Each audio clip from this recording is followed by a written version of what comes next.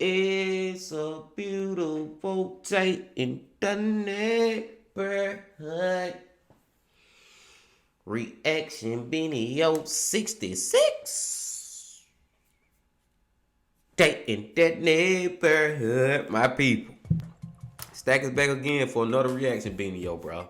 Now we're gonna take this one back to a channel that we went to like a couple of days ago for the first time, but we going back to them because they do a great job with their videos. What channel is that? Unpopular Notes. Unpopular Notes, y'all. And the name of this video is People That Were Found Buried Alive. Now I feel like that is just one of the worst predicament situations you can be in, bro. Where you wake up inside a box, bro, underground, a casket or whatever, and you can't move. You can't move. You stuck in there, bro, and you buried alive. Like, that is such a horrible feeling, dude, that I can't even imagine how it feel. But in a way, you know how you can imagine how horrible it will be, or it would be. You know what I'm saying? If you was in that situation. Whew. Being buried alive, bro.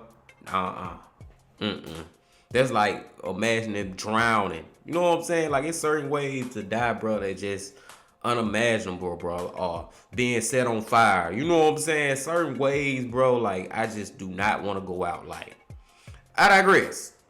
We're gonna get into it, man. Y'all ready to do it, man? To get whatever you might need. Get what you need for the video now. It's only 8 minutes and 42 seconds. Not too long, not too long. Y'all got what y'all need? Y'all ready to do it? Then let's fucking do it. Yeah. There is nothing more terrifying than the thought of being buried alive. Truthfully, right? Most people would agree with you. The thought of waking one day in a dark, stuffy coffin with little air to breathe and even less to scream with. Well, that's pure nightmare fuel, if you've ever needed it. Welcome to Unpopular Notes. Believe it or not, some people have been buried alive and still live to tell the tale. Today we're going to look at some stories of people being buried alive. Not everyone in this situation lives to tell the story, but these lucky few were found. Make sure to watch through to the end for one shocking story we have to show you. And make sure you're subscribed with post notifications turned on for more videos just like this. So, let's get into it. Lithwaite, West Yorkshire, 2015. Sometimes things just don't go as planned, but sometimes even when it's overly designed, things happen. Self-proclaimed escapologist Anthony Britton was faced with one such circumstance in 2015 when he tried to do something that even his idol, Harry Houdini, had never been able to pull off. He would be handcuffed, then lowered down 6 feet, dirt piled on top, which can be pretty heavy stuff. He started off strong, but the ground shifted and pinned him down. He lost consciousness, only to be saved by the quick thinking of his team. He may have been mocked for his failure, but Anthony maintains the near-death experience gave him a moment with his deceased grandfather, where he spoke to him. Oh, hell no, bro. He brought this on himself, but, bro, at least he survived to make it. But another thing is, man, it's so crazy, bro. Like, all that dirt, bro, that shit heavy as fuck on you. I don't know. Like you said, Houdini ain't even try that trick. Let's go. Ferraz de Vasconcelos, Brazil, 2013. Imagine waking by a tomb and watching someone emerge from a grave. The woman in this story was visiting the cemetery when suddenly she heard faint noises coming from a grave as a body emerged, waving his arms around. God. She was terrified to see someone, presumed dead, trying to crawl out of the earth. As it turns out, the man, a former City Hall worker, was involved in a fight across town and badly beaten by his attackers. The man passed out from the beating and was taken to the cemetery by his assailants, and it's believed that they then threw him in a half-filled grave. God damn. Santa Fe Province, Argentina, 2015. Young love is thrilling, exciting, and sometimes a bit too much to handle. In 2015, Chiara Perez went missing, but was later unearthed from under her boyfriend's patio. As it turns out, the girl was 8 weeks pregnant at the time, and the autopsy showed she died of beatings to the head, body, and face, as well as traces of a drug used by doctors to terminate pregnancies. Speculation swirled around her boyfriend, as the murder was said to have been a result of an argument between her boyfriend and his family. The boyfriend would later go on to be charged with aggravated murder and femicide and forced termination of a pregnancy. As it turns out, the boyfriend confessed not only to the murder, but burying her alive. Crazy, France, bro. 1927. Can you imagine being saved by a suspicious insurance adjuster? That's what happened for Angelo Hayes. He'd been passionate about his love of motorcycles since a young age. By the age of 19, he would ride his bike constantly. Of course, as many motorcycle stories go, this one also ends in a crash. He smashed into a brick wall and went flying. Many rushed to his aid, but the man was so severely disfigured in both the body and face, they all presumed he must have died. Doctors wouldn't even let his family see the body because it was so upsetting. He was buried as is. His father had also taken out a significant life insurance policy on his son, which raised a red flag with the company when he died. They demanded he be exhumed to examine the body correctly, at which point they discovered he had not only survived the crash, but also the being buried alive part. Hayes was in a deep coma when they found his body and would later make a full recovery, only to die peacefully for real in 2008. Bangalore, Karnataka, 1994. Imagine being declared missing and all that time being beneath the grounds of your own courtyard. Shakare Kalahili, daughter of one of India's more prominent families at the time, went missing in 1991 until her body was exhumed from her own courtyard just 3 short years later. As it turns out, her second husband drugged her in her sleep and placed her on a mattress with a coffin-like box, which was then covered with another mattress. One of Khalili's hands was then found clutching the bed below her, and the sides of the box had scratch marks from where she inevitably woke up from the drugs, only to be faced with the horrifying, claustrophobic circumstances she faced. That's what I'm saying, bro. Like, bro, you wake up in this fucking box, bro.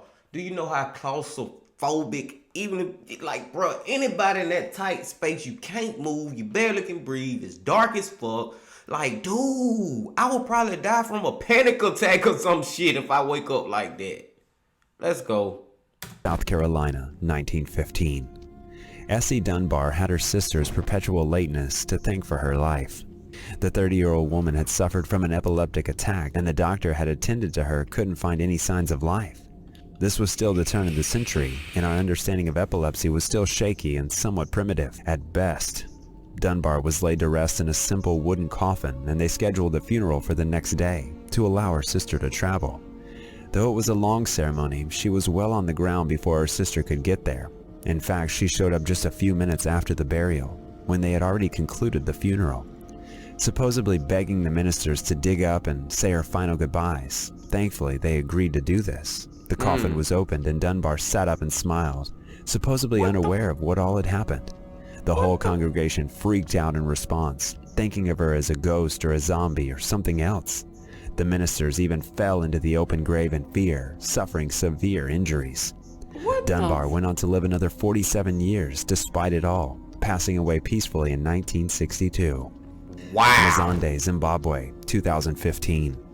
Sometimes even the best laid plans go awry. 5 people would later be charged with murdering the self-proclaimed prophet who had tasked them with burying him underground. They were undergoing a cleansing ceremony, and Pastor Samisho Kanyama called for his followers to bury him alive so he could resurrect and summon more cleansing powers to heal the family that had been plagued with unexplainable deaths. He had them dig a grave and bury him to help ward off evil spirits.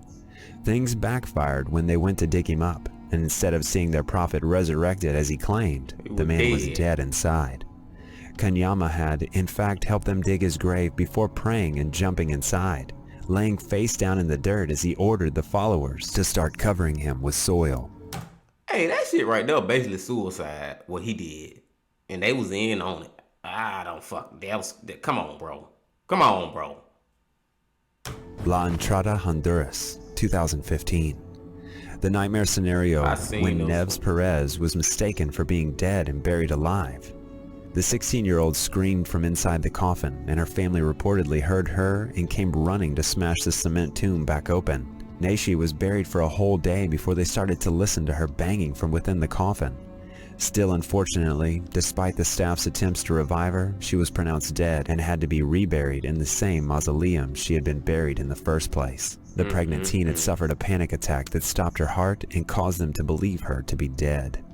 The teen had overheard a gunshot, which caused the fright in the first place. The body was still warm when they retrieved her, and she had apparent red bruises on her fingertips, showing that she genuinely did struggle before and there. Kankakee, Illinois, 1987.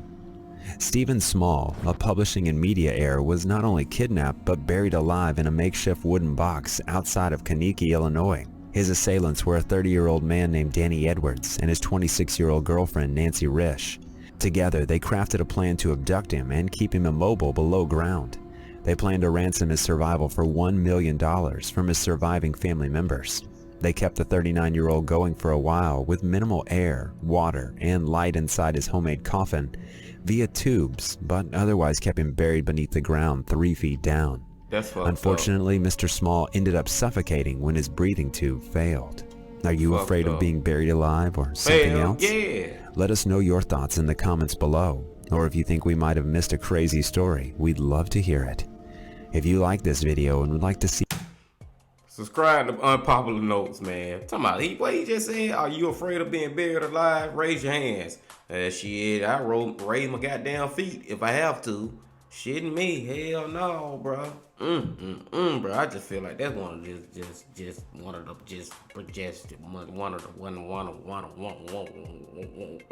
bro. I just feel like they're one of the just worst like feelings ever, bro. To wake up like that, dude, and you under the ground, bro. You can't get out. Oh, I don't like that. Hell no, bro. That was another good, quick one, you know, for us, man, to watch. I'll be back real quick. Bean always come back. Bean just getting started. That's the crazy part. Bean just getting started. Bean gonna keep pushing. Bean ain't going no motherfucking well. Y'all just make sure y'all come on back with me, bro. I appreciate all y'all. Love all y'all, man. And remember, bro, when I get to those 1,000 subscribers, bro, I'm getting away $1,000. So come on, man. Get these subscribers up, bro. I digress. Gonna let y'all get up out of here now. But before I let y'all get up out of here now, I gotta say one more thing now. The Bean Baby! Legend.